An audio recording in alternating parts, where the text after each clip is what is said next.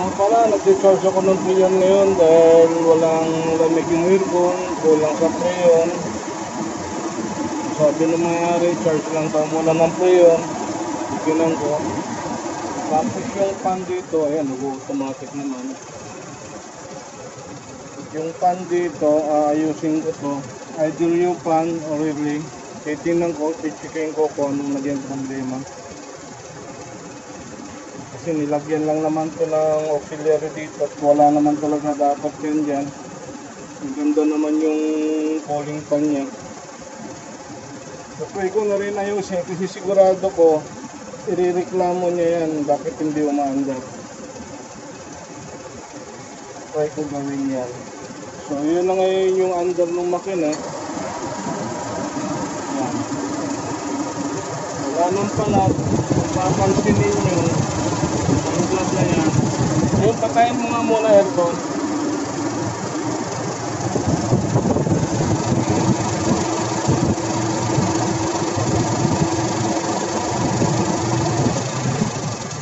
Patay ang aircon yan. Napakatining na nung makina. Wala nang palag yung air cleaner niya. Wala na yung wrap. Kasi may ginawa ako dito sa map sensor na yan.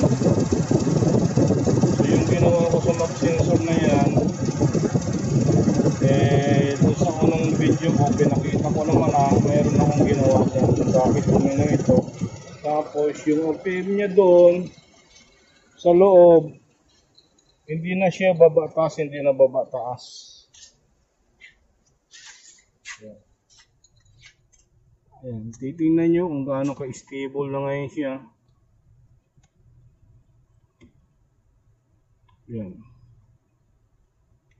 Stable na yung RPM niya. Hindi na siya nagbaba-taas, baba-taas. At hindi na rin masyadong nanginig yung safety lever ng transmission niya. So yun lang gustong mawala ng may-ari nito. At saka yung RPM niya, malikot ang RPM niya. So ayan, steady naman Ngayon tinawag yun, wala nang kapalag-palag.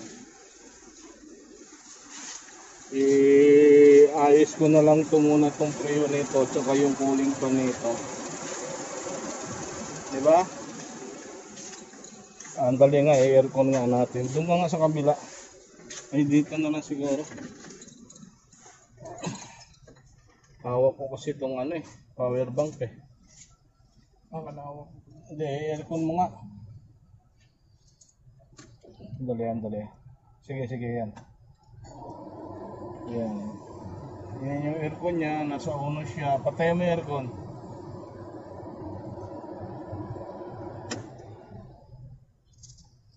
Yan, bumabagsak na siya. Tapos firme na ngayon yung RPM niya, yung pointer ng RPM niya, yung gauge niya, hindi na malikot yan. At hindi na mapalag dito sa loob.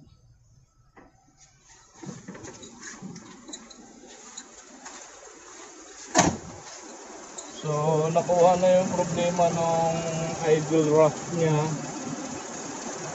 Dahil dito sa mass airflow sensor niya, dito may problema. So ginawan lang ng paraan yan.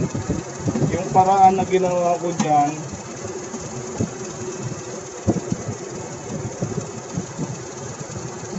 pangalawa na to sa Mitsubishi yung ginawa ko, yung Space Wagon.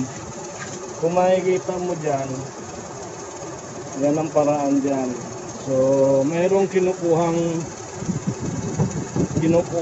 sukat ng opening ng hangin dyan para matanggal yung pagra-rough idle niya. Kasi pagka ganitong mga lumang sasakyan, hindi na masyadong accurate yung sensor na mag-deliver ng butay sa ECU niya.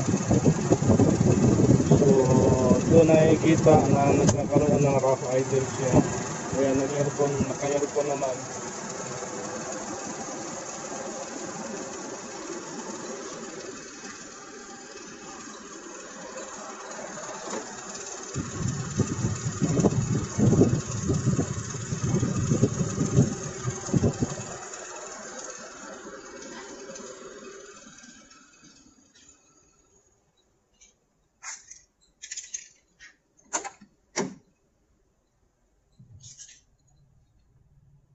Ayan pa rin naman siya, steady pa rin naman. So ang gagawin ko dyan, yan, aircon mo nga to. Aircon mo nga, sandali.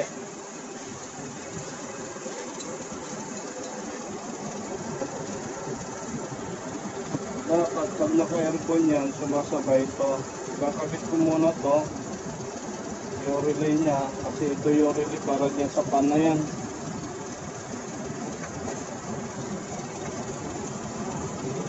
Sandali ha.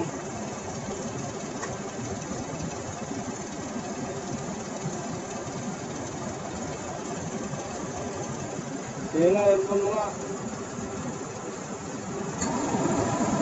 Para hindi umanda. So ayusin ko muna yan, magbibidyo na ako ulit. So lumatay lang yung video ko, ayan, umaanggal na yung pan. Ang nagawa ko, yung supply nito, yung fuse box, plastic, nalaglag lang yung fuse sa ilalim. So ito yung fuse na ipinalit ko, 20 amps na. Mababa lang kasi yung pinalit, 10 amperes, ayun, nag-automatic na.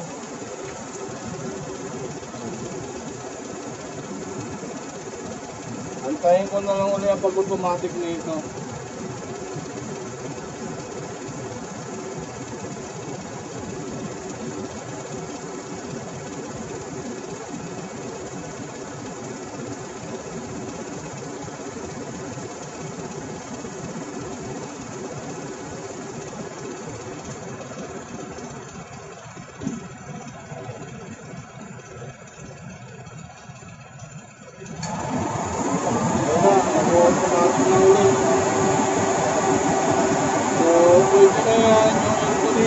Okay na.